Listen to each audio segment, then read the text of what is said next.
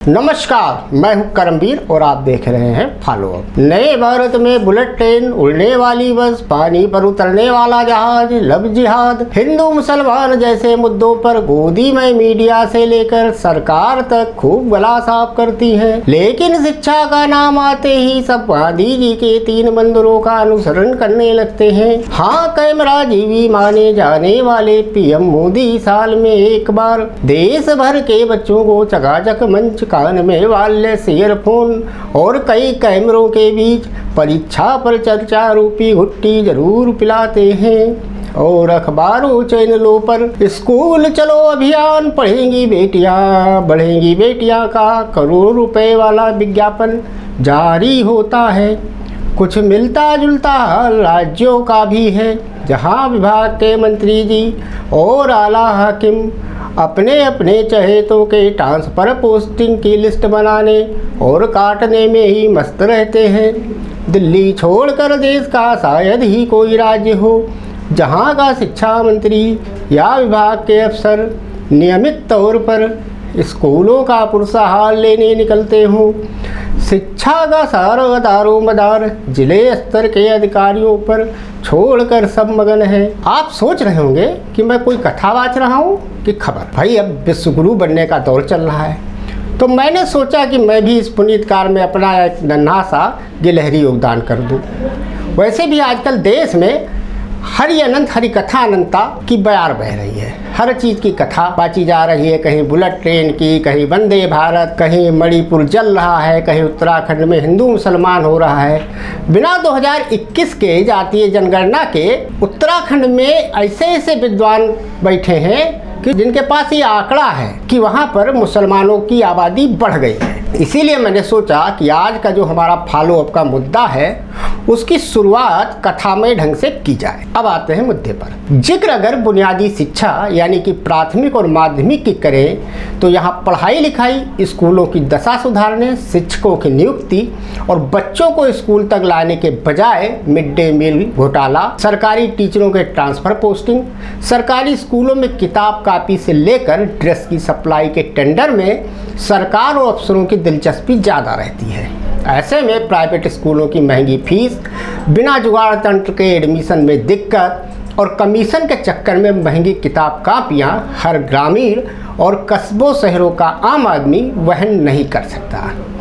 ऐसे में लाख टके का सवाल ये है कि देश में कई राज्यों में पढ़ाई बीच में छोड़ने वाले बच्चों की संख्या में भारी इजाफा होने के पीछे असली वजह क्या है। यह न सिर्फ सरकारी स्कूल प्रबंधन पर सवाल है, बल्कि सरकार की लचर शिक्षा नीति को भी कटघरे में लाकर खड़ा कर देती है। दरअसल समग्र शिक्षा कार्यक्रम के दौरान शिक्षा मंत्रालय के तहत परियोजना मंजूरी बोर्ड यानी पीएबी की साल 2023-24 की रिपोर्ट में लिखे गए दस्तावेजों यानी कि मिनट्स में से जानकारियाँ दी गई हैं। ये बैठकें अलग अलग राज्यों के साथ मार्च से मई 2023 के दौरान हुई।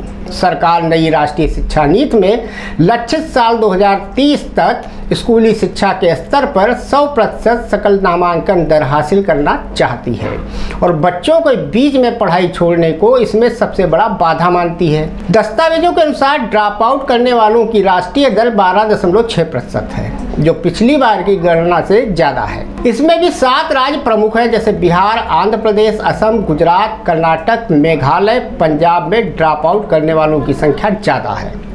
पीएबी की बैठक के दस्तावेज के मुताबिक साल 2021-22 में बिहार में स्कूलों की माध्यमिक स्तर पर ड्रॉप आउट दर 20.46%, गुजरात में 17.85%, आंध्र प्रदेश में 16.7%, असम में 20.3%, कर्नाटक में 14.6%, पंजाब में 17.2%, मेघालय में 21.7% दर्ज की गई। वहीं इस अवधि में मध्य प्रदेश में माध्यमिक स्तर पर ड्रॉप आउट दर 10.1%, उत्तर प्रदेश में 12.5% और त्रिपुरा में 8.34% दर्ज की गई। दस्तावेज के मुताबिक संबंधित अवधि में दिल्ली के स्कूलों में प्राथमिक स्तर पर नामांकन में 3% की वृद्धि भी दर्ज की गई, जबकि माध्यमिक स्तर पर नामांकन में करीब 5% की गिरावट आई। इसमें कहा गया कि दिल्ली में स्कूली शिक्षा के दायरे से बाहर काफी संख्या में छात्र हैं ऐसे में शिक्षा की मुख्यधारा में वापस लाए गए छात्रों की संख्या के बारे में बैठक में मंत्रालय ने कहा कि पश्चिम बंगाल में माध्यमिक स्कूली स्तर पर साल 2020-21 की तुलना में 21-22 में ड्रॉप आउट दर में काफी सुधार दर्ज किया गया। हालांकि राज्य को छात्रों के बीच में पढ़ाई छोड़ने की दर को और कम करने के लिए पर्याप्त कदम उठाने चाहिए। दस्तावेजों के अनुसार महाराष्ट्र में माध्यमिक स्तर पर ड्रॉप आउट दर साल 2020-21 में 11.2% से बेहतर होकर साल 2021-22 में 10.7% दर्ज की गई। हालांकि ये ध्यान देना महत्वपूर्ण है कि राज्य के 5 जिलों में ड्रॉप आउट दर 15% या उससे अधिक है। दूसरी ओर उत्तर प्रदेश से कई जिलों में वार्षिक औसत ड्रॉप आउट दर 15% से अधिक रही, जिसमें बस्ती में 23.3%, बदायूं में 19.1%, इटावा में 16.9%, गाजीपुर में 16.6%, एटा में 16.2%, महोबा में 15.6%, हरदोई में 15.6% और आजमगढ़ में यह 15% दर्ज की गई। दस्तावेज के मुताबिक राजस्थान में ड्रॉप आउट दर में गिरावट दर्ज की गई।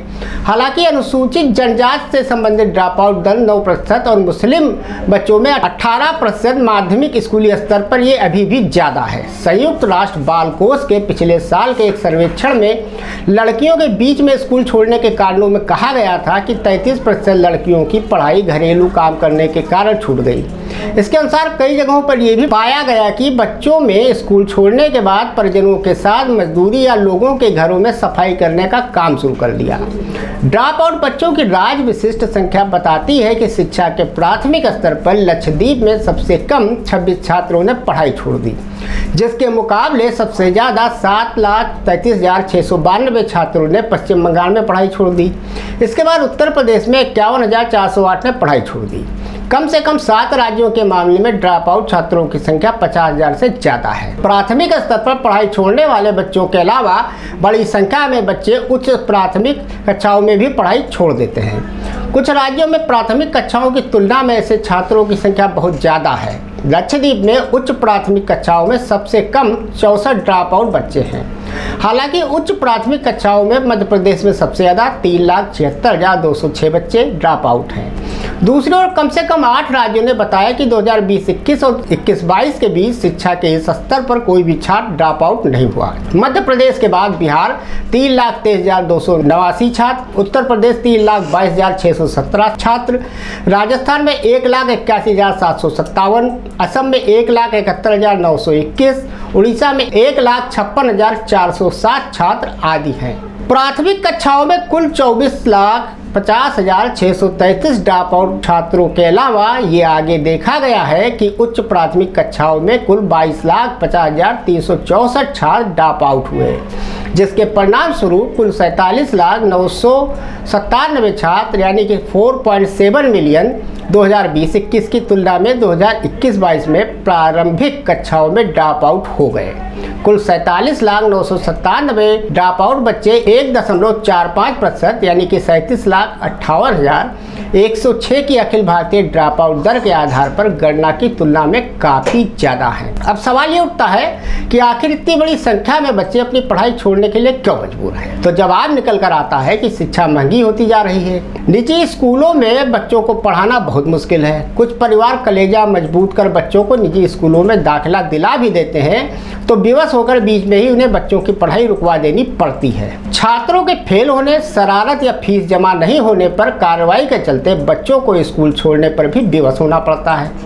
इसके अलावा बहुत से ऐसे कारण हैं जिसके तहत देश के बच्चे बीच में ही अपनी शिक्षा छोड़ देने पर मजबूर हैं। विशेष तौर पर आदिवासी, दलित एवं अन्य पिछड़ी जाति के बच्चों को स्कूली शिक्षा बीच में छोड़ने की स्थितियां बढ़ती जा रही हैं, जो आज़ादी के अमृत काल में चिंता का एक बड़ा कारण है। अगर आपने शिक्षा के इस मुद्दे पर फॉलोअप को पूरे धैर्यपूर्वक आज सुना, देखा, तो ये आपकी महानता है, क्योंकि आजकल शिक्षा जैसे मुद्दे पर कोई बात ही नहीं करना चाहता। आपका बहुत बहुत धन्यवाद।